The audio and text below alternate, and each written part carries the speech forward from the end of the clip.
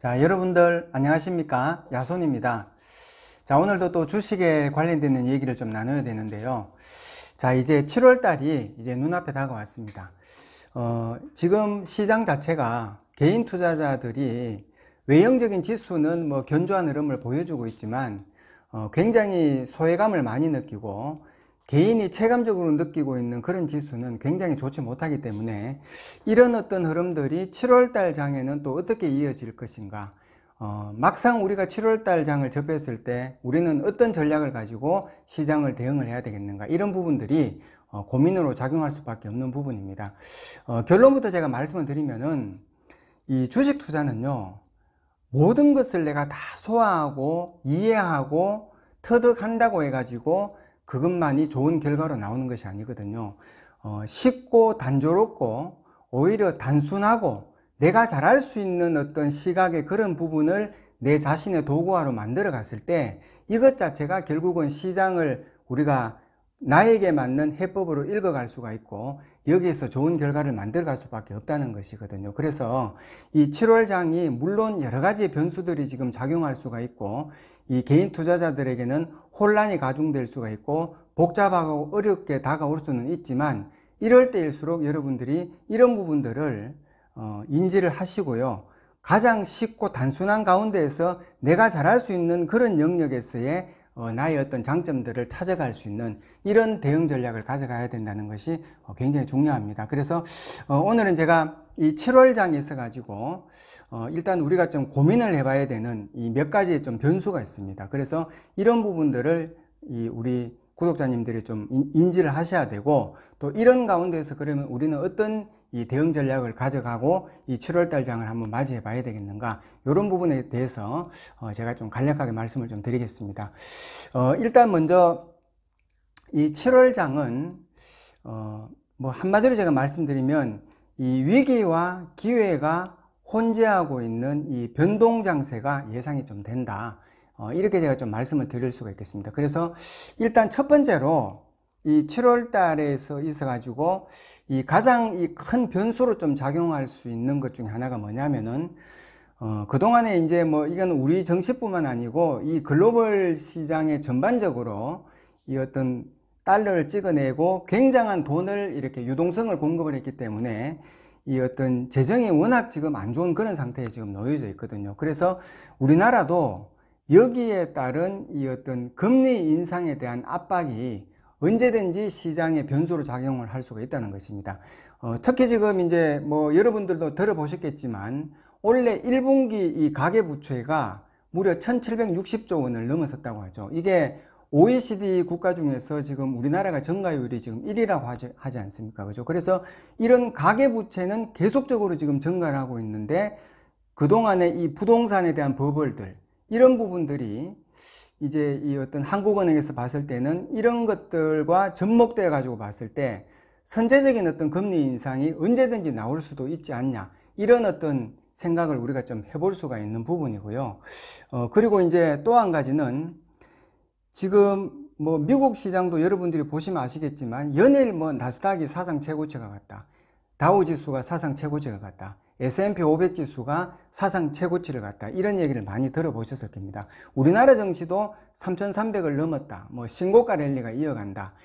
결국은 지수에 대한 어떤 외형적인 흐름들이 계속적인 어떤 상승의 흐름을 이어가다 보니까 굉장히 많이 올랐거든요. 올랐는데 여기에서 추가적인 상승을 할 수 있는 모멘텀이 지금 현재는 부재하다라는 겁니다.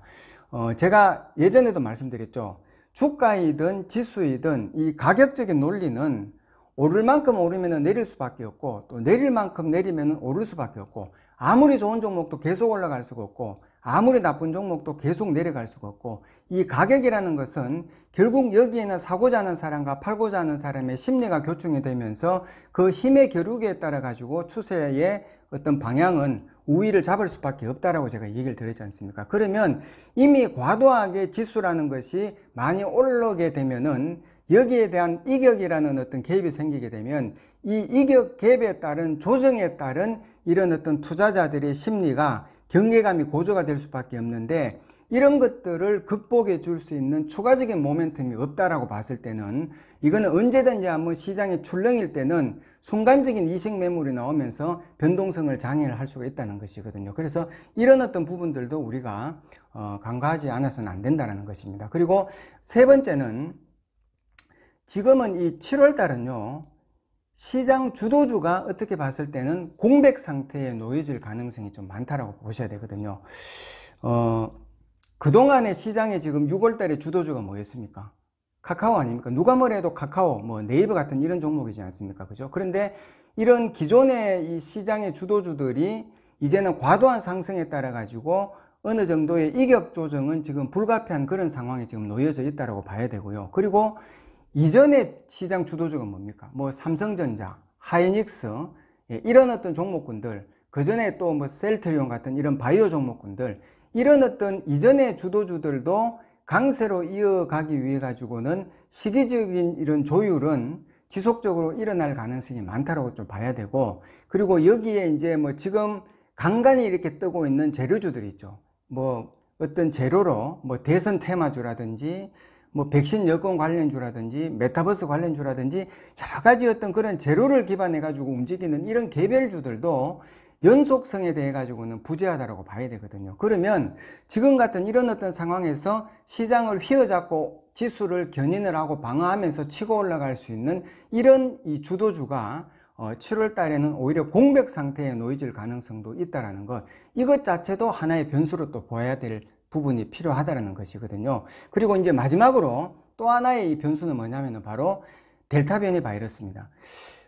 이게 지금 지금 계속적으로 지금 언론에 나오고 있는 그런 상태고, 여기에 대한 어떤 변이가 지금 2차 팬데믹으로 이어질 수 있는 그런 우려가 굉장히 작용을 하고 있거든요. 그래서 이런 어떤 부분들이 또 변수로 작용을 하고, 특히 여기에 이제 뭐 여행, 항공, 면세, 이런 이제 이 소비자 관련주들, 이 컨슈머 관련주들은 그동안에 이제 7월 달부터 2분기 어닝 시즌에 또 들어가지 않습니까? 그죠? 그래서 이 2분기 어닝 시즌과 맞물려 가지고 이 델타 변이에 대한 이런 이슈가 이런 어떤 컨슈머 종목군에는 강력한 변동성으로 심화가 또 되어질 수가 있기 때문에 이런 것들이 시장에 큰 어떤 변수로 또 작용할 수가 있다는 것이거든요. 그래서 아무튼 이 7월이라는 이 시장 자체가 여러 가지 어떤 상황을 놓고 봤을 때도 굉장히 좀 혼란이 가중될 수가 있는 그런 시장인 것은 틀림없지만, 제가 그동안에 여러분들에게 말씀드렸지만 전체적인 맥락의 어떤 틀을 놓고 봤을 때 이 시장의 지수 자체는 계속적인 박스권에서의 가두리장의 흐름은 지속될 가능성이 많다. 저는 그렇게 좀 일단 보고 있습니다. 그래서 지수 박스권 상단으로 가면은 경계 매물이 나오면서 다시 지수는 하락으로 전환이 되고, 또 박스권 하단으로 전환이 되면은 여기에 대해서 반발 매수가 들어오면서 또 지수는 상승으로 전환되는 이런 어떤 박스권의 가두리 장세에서의 움직임은 앞으로도 지속될 가능성이 많기 때문에 앞으로 7월 달 장도 시장 지수가 뭐 얼마만큼 갈 것이냐, 내려갈 것이냐, 여기에 대한 어떤 에너지를 응집하는 것보다는 내가 어떤 종목을 들어가고, 내가 지금 현재 보유 종목을 어떤 종목을 가지고 있고, 내가 가지고 있는 종목이 지금 현재 시장에서 어떤 이 패션의 옷을 입고 있고 중심에 작용을 하고 있느냐, 여기에 대해서 주안점을 가지고 시장을 지켜봐야 된다는 이 전략은 여전히 변함이 없다는 것을 제가 말씀을 좀 드리고 싶습니다. 그래서 일단 이 7월 달 이제 제가 대응 전략을 간략하게 제가 좀 말씀을 드리고 방송을 제가 마쳐야 되는데요. 일단 이 여러분들이 7월에 대응 전략을 말씀을 드리기 전에도 여러분들이 한 가지 간과하고 있어야 되는 것은, 우리는 이 주식 투자라는 것은요, 해야 할 것을 하는 것보다가 하지 말아야 될 것을 먼저 하지 않는 것이 더 중요합니다. 이거는 종목도 마찬가지고요. 모든 것이 그렇습니다. 종목도 내가 어떤 종목에 있어 가지고 수익을 내줄 수 있는, 급등할 수 있는 이런 종목을 찾는 것보다가 내가 이 종목을 들어갔을 때 나에게 굉장히 어떤 피해를 줄 수 있는, 절대로 피해야 될 종목을 먼저 구별할 수 있는 이런 부분들이 굉장히 필요하고요. 그리고 이 내 소중한 자산도 마찬가지입니다. 내 계좌에 있는 이 자산을 빨리 뭔가 불리기 위해서 어떤 내가 자구적인 노력을 하는 것이 아니고, 소중한 내 자산을 일단 잃지 않고 지킬 수 있는 이런 마인드와 매매로 이 주식시장을 바라봤을 때 여기에서부터 종목도 분배를 하게 되고 모든 어떤 투자의 전략을 가져갈 때 그때부터 여러분들이 안정적인 그런 어떤 자산을 유지를 하면서 좋은 결과를 가져갈 수가 있다는 것이거든요. 그래서 이 7월 달에 이 투자 대응 전략도 여러분들이 그런 맥락에서 일단 관점을 갖고 들어가셔야 된다는 것입니다. 그래서 이 7월의 대응 전략은 제가 여러분들에게 뭐 지속적으로 제가 말씀을 드렸던 부분이지만 다시 한번 제가 세 가지 관점으로 꼭 제가 좀 말씀을 드리고 싶습니다. 그 중에 이제 하나가 뭐냐면은 이거는 이유가 없습니다. 종목 수는 여러분들이 반드시 줄이시고요. 그리고 일정 분의 현금 비중은 가져가셔야 됩니다. 종목 수를 왜 줄여야 되느냐? 한간에는 주식 경우는 이런 말이 있지 않습니까?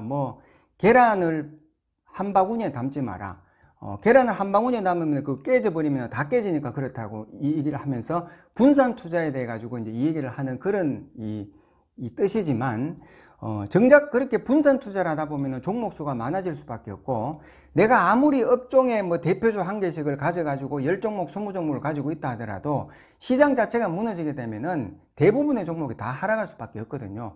내가 종목의 수를 많이 갖고 있으면 결국은 그 종목 하나하나에다가 집중을 할 수가 없기 때문에 주식 투자는 집중력과의 싸움이라고 제가 말씀드렸잖아요. 결국 종목에 대한 집중력이 떨어지면 여기에 대해서 내가 어떤 대응을 할 수 있는 그런 어떤 모든 에너지가 다 소실할 수밖에 없다라는 것입니다. 그래서 여러분들이 어떤 상황에서도 확실한 종목이면 한 종목만 가지고 있어도 괜찮습니다. 그래서 종목 수는 여러분들이 반드시 내가 감당할 수 있는 안에서의 종목 수를 축약을 해가지고 종목 수를 줄이셔야 되고, 그리고 이런 어떤 위기가 기회로 우리가 활용을 할 수 있어야 된다고 봤을 때는 언제든지 이런 시장 변수에 대응할 수 있기 위해서는 일정분의 현금 비중은 반드시 여러분들이 가져가셔야 된다는 거, 이거 여러분들이 절대로 잊지 마시고요. 그 다음에 이제 두 번째는 종목 선별이 지금은 굉장히 중요하죠. 이런 얘기가 있지 않습니까?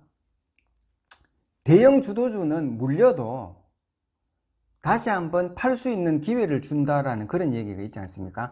내가 지금 어떤 종목을 들어가 가지고 있느냐, 물론 내한테 어떤 손실이 얼마가 지금 되어 있고 앞으로에 대한 어떤 리스크가 얼마나 있다 하더라도 내가 어떤 종목에 지금 들어가 가지고 물려 있느냐에 따라서는 상황의 전개는 달라질 수가 있다는 것이거든요. 그래서 지금은 그만큼 어떤 종목을 내가 선별해 가지고 들어가느냐가 이게 굉장히 중요합니다. 당연히 주가는 실적과 함께 움직일 수밖에 없다고 제가 말씀드렸죠. 그렇기 때문에 이 실적 개선이 연속성을 보이고, 그 다음에 이런 어떤 실적에 대한 이런 부분들이 기대감이 아직까지 주가에 덜 반영이 되어 있는 이런 업종 대표주들 잘 찾아보면 있습니다. 여러분들 잘 찾아보시면 그런 종목들이 있습니다. 아직까지 시장에 환영받지 못했는, 그러면서도 실적의 개선 여지가 뚜렷하게 있는 이런 어떤 업종 대표주들은 언제든지 7월의 어떤 변동성을 이용해 가지고 선침의 어떤 전략은 굉장히 필요한 시기가 아닌가, 저는 그렇게 좀 보고 있고요. 그리고 이제 만약이지만 금리 인상이 일어나게 되고 글로벌 시장의 전반적인 테이퍼링에 대한 그런 어떤 전운이 감돌게 되면 이제 시장은 실적 장세에서 역금융 장세에 대한 어떤 그런 움직임이 전환이 되어진다라고 봤을 때 그동안의 시장에 대해서 어떤 경기 성장주들이 탄력이 둔화가 되면 당연히 지수가 내려갔을 때는 경기 방어주의 어떤 성격을 가지고 있는 종목군들이 다시 이제 대세의 상승으로 전환이 될 가능성이 많거든요. 그래서 이런 어떤 경기 방어주에 대한 이런 부분들도 이제부터는 조금씩 관심권에 두고 지켜봐야 될 부분이 있다. 이 정도로 제가 종목에 대한 힌트는 좀 드릴 수가 있겠고요. 그리고 이제 마지막 세 번째 여러분들에게 제가 당부드리고 싶은 것은 신용담보대출은 어떤 이유에서도 하지 마시라는 것. 여러분들 매달 그 자금에 대한 이자가 발생이 되어지는 그런 이 자금들은 이미 내 마음의 어떤 심리 자체가 불안감을 가져올 수밖에 없기 때문에 그거는 굉장히 여러분들에게는 심적인 다스림에서부터 이미 불리하다는 것을 제가 여러 번 말씀을 드렸던 부분이고, 그리고 재료주 같은 것들, 갑자기 뭔가 재료가 떠가지고 주가가 급등하게 되면 개인 투자자들의 이런 영역에서는 이런 재료주를 어떤 재료를 보고 들어가면 이미 그거는 늦다라는 것이거든요. 그래서 재료주나 이런 거를 가지고 단타로 매매하는 이런 어떤 투자도 굉장히 여러분들은 피하셔야 됩니다. 그래서 특히 주식에 입문하신 초보 투자자님들 같은 경우에는 이런 재료주에 대한 단타 매매보다는 실적주에 대한 이런 부분들을 시장에 모를 때 선취 매수로 가져가지고 시간의 터울을 즐기면서 추세적인 어떤 부분을 가져가면서 여유있고 안정적인 이런 매매를 가져가는 전략이 지금은 굉장히 필요하다는 것입니다. 그래서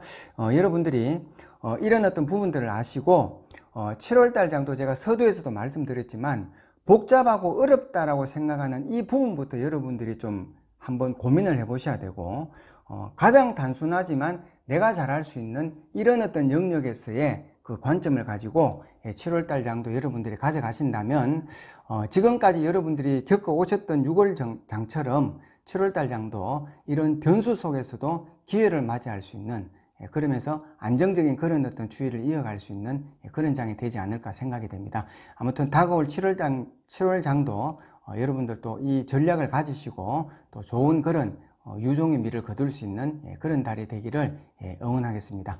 오늘 방송은 여기까지 하도록 하겠고요.